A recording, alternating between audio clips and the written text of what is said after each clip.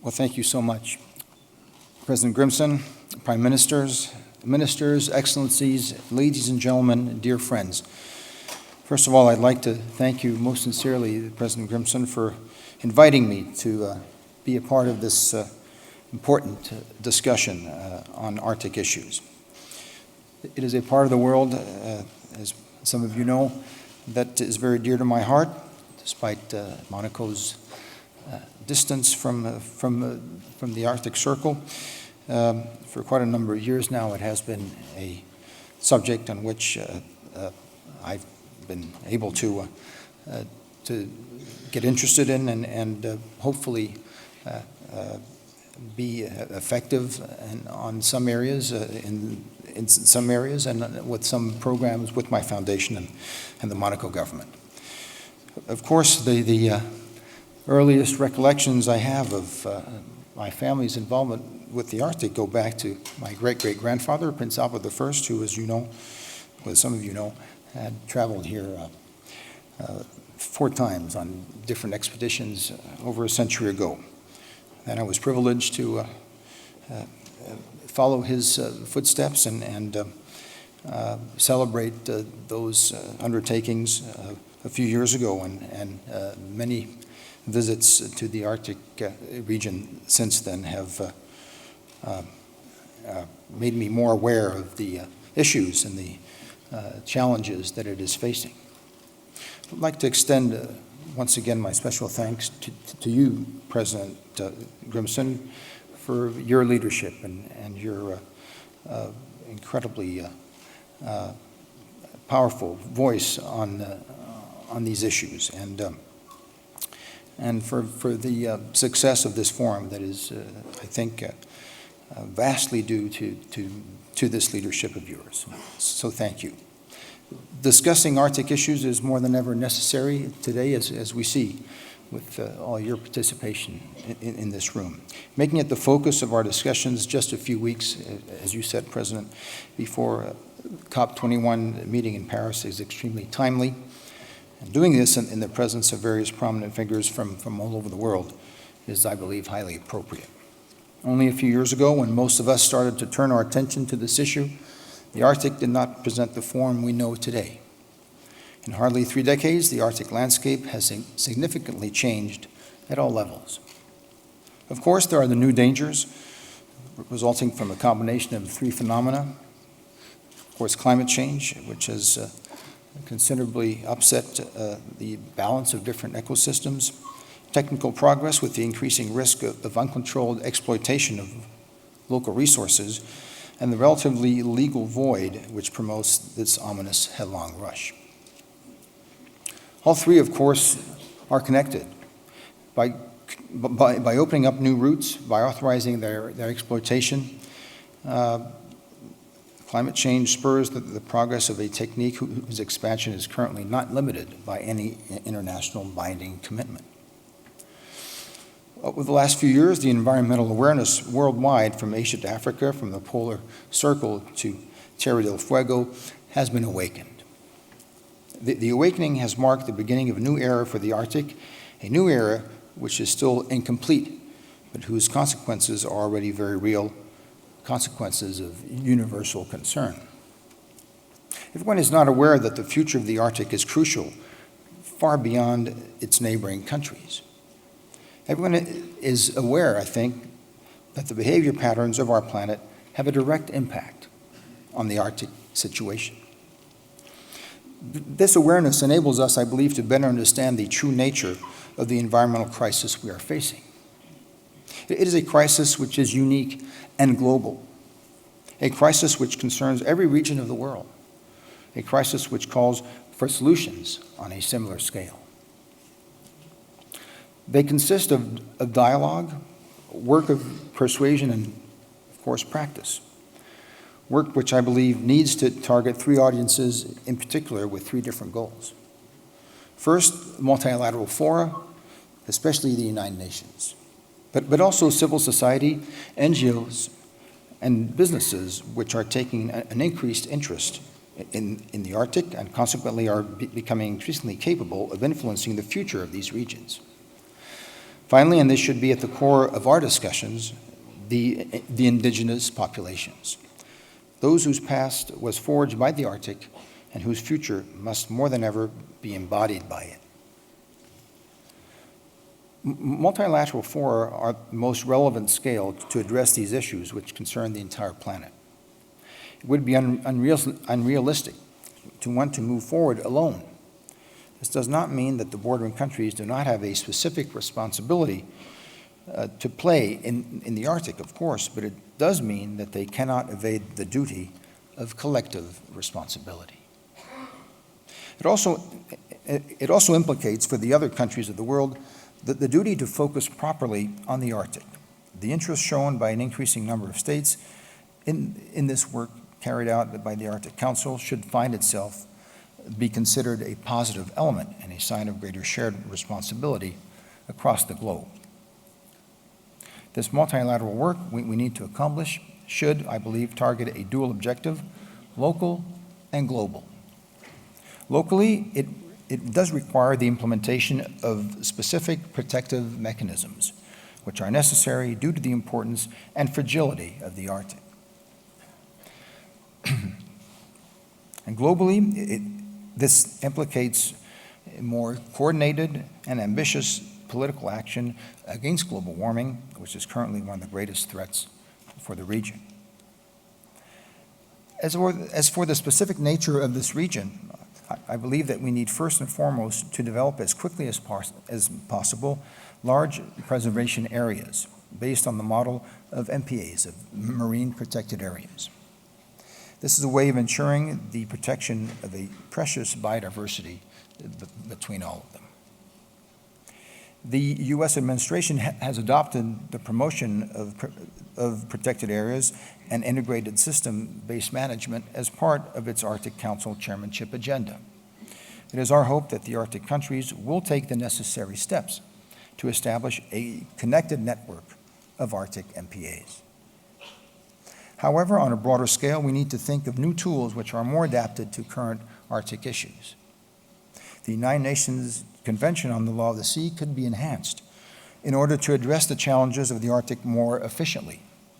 Since 1982, this text has in fact been the only one in making it possible to outline the common management of the sea and the high seas. It provides us for an appropriate framework for genuine collective progress, provided that we seize this opportunity. That is why Monegasque diplomacy has made a commitment to the high seas, and I'm placing great hope in the discussions that we will initiate as of next year on the BBNJ. Priority should be given to the global objective of combating the issue of climate change. As the next conference in Paris draws closer, we should all agree to make every effort necessary in order that binding decisions at last be made, the only way of mitigating such tremendous increase in temperature. Everyone is aware that if we do nothing, our planet will be vulnerable with increased temperatures that will rise widely beyond 2 degrees Celsius by the end of this century. These increased temperatures would be dramatic from every point of view, with the disruption of fragile ecosystems, such as the Arctic, but also other particularly serious indirect consequences, including ocean acidification, from which Monaco, I think, has played a significant role in raising this issue.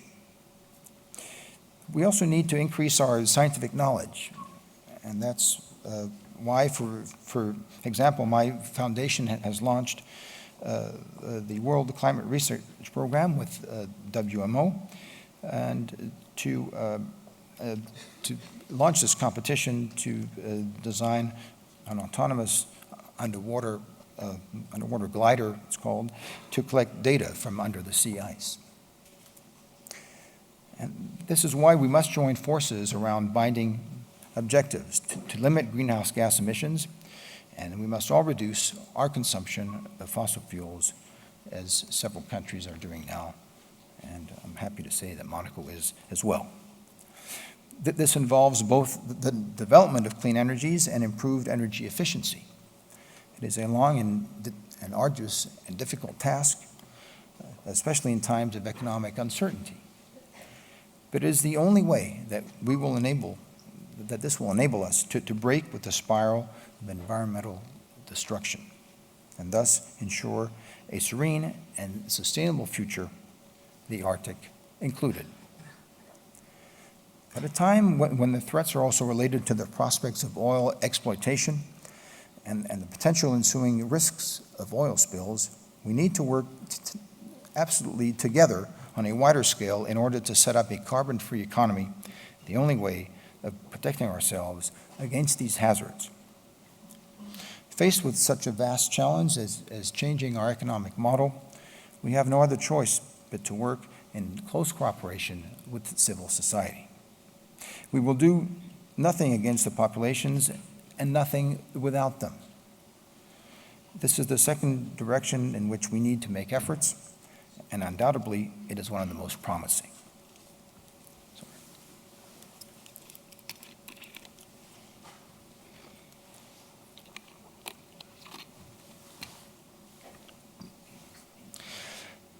The reservations of our contemporaries about these prospects, perhaps expensive in the short term in regard to the energy transition, are comprehensible. We must convince them that this is a unique opportunity to enjoy newfound progress, to reconcile humankind and nature, and to build a long-awaited development paradigm which is of benefit as much to current generations as to future generations.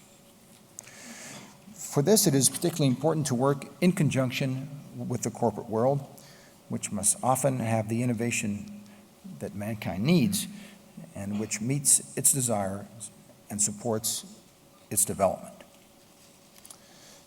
Businesses, Mr. President, distinguished guests, ladies and gentlemen, are today capable of understanding their interests in the long term, which cannot be limited to the destruction of global resources. They are capable of assuming their global and their local responsibilities, and above all, they can help us create a more sustainable world, as they can help us define the legal and regulatory aspects more accurately. I'm thinking, for example, of the demarcation of preservation areas, as referred to by the late Christophe de Margerie, CEO of the Total Group. Shortly before his passing, he affirmed his objection to any oil drilling activities by his group in the Arctic region. I'm delighted that another petroleum group, one of the largest in the world, recently announced that it too was stopping all drilling operations in the region. To fully involve civil society in Arctic issues, we also need to work with NGOs, which have a valuable power of persuasion and essential tools for action. States today can no longer act alone. That is why my foundation, highly active in regard with Arctic issues, supports a number of projects in this field. And finally, we need to work with international public opinion, which needs to take a similar stand for the Arctic as for the issue of climate change. Today, it provides a springboard for responsible and efficient collective action. People are concerned about the future and the future of their children. They are calling for a change of model. We need to respond to them, inform them, and involve them. One of them in particular needs to be closely involved in our discussions, the indigenous populations. I'm pleased to see our represented here and given a voice as well. These people are not only entitled, they also need to preserve their culture, their identity, and their autonomy.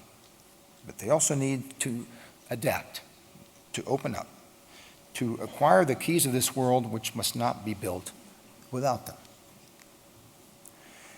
At a time when the future of the Arctic is so uncertain, how can we not hear the voices of those living in and representing these regions? How can we contemplate their future if we do not involve them in the process and do not provide the means for them to take direct responsibility? This is why I've supported for several years now projects such as the one conducted by the University of the Arctic, which offers these peoples from the far north the capabilities that will enable them to take control of their destiny. At a time when the Arctic is attracting new economic interests, which need to be monitored whilst a new green economy is emerging, these peoples must have access to progress and to freedom. The importance, the diversity, and urgent nature of Arctic issues in this new age of environmental awareness impose a new approach, an opportunity to reinvent altogether our shaped future, that of the indigenous people of both neighboring and distant countries, of businesses and NGOs, as well as of international institutions. The wide range of key topics which are at the heart of this conference should, I believe, greatly help us. So President Grimson, ladies and gentlemen, dear friends, I'd like to conclude by quoting the very powerful words from a great French scientist who I have a great respect for, but who was, some of you will recognize the name, a great lover, a great connoisseur of the Arctic and staunch defender of this region and its populations, Professor Jean Mallory of France. A few years ago, he declared, "In this Arctic, a desert of ice and tundra, the last desert of our hemisphere, a place should be given to the creative imagination of technologists to invent a green economy with cutting-edge technology, futuristic architecture, in brief, an economy that is profitable not only to the people of the North, but to the entire universe." I hope that altogether we will rise to this challenge of creative imagination, profitable to our planet. This is one of the greatest challenges we have to face. It is also one of the most urgent. Thank you very much.